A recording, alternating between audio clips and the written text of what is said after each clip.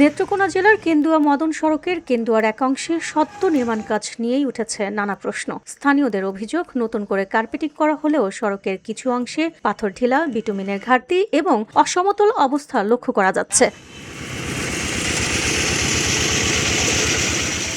সরজমিনে দেখা যায় সড়কের ওপরের স্তরে যথাযথভাবে মিশ্রণ না হওয়ায় জায়গায় জায়গায় খোয়া উঠে আসছে। বসুন্ধরা, উত্তরা, বনশ্রী, কুড়িল ও বাড্ডা সহ রাজধানীর বিভিন্ন স্থানে অভিজাত ও অত্যাধুনিক মানের ফ্ল্যাট কেনার এক নির্ভরযোগ্য প্রতিষ্ঠান প্লেজেন্ট প্রপার্টিজ লিমিটেড। কোথাও কোথাও হাত দিয়ে পাথর আলগা হয়ে যাচ্ছে, যা দ্রুত ক্ষয়ক্ষতির আশঙ্কা তৈরি করছে। স্থানীয় বাসিন্দারা জানান, নতুন রাস্তা হলেও এভাবে খোয়া উঠে গেলে অল্প সময়ে চলাচলের অযোগ্য হয়ে পড়বে, এতে দুর্ঘটনার ঝুঁকিও বাড়বে।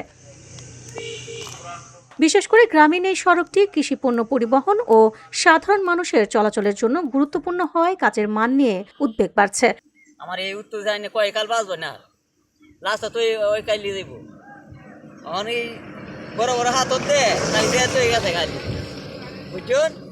এই হাত দিয়ে রাস্তা তো টিকতো না, 1 বছর যাইতো না রাস্তা।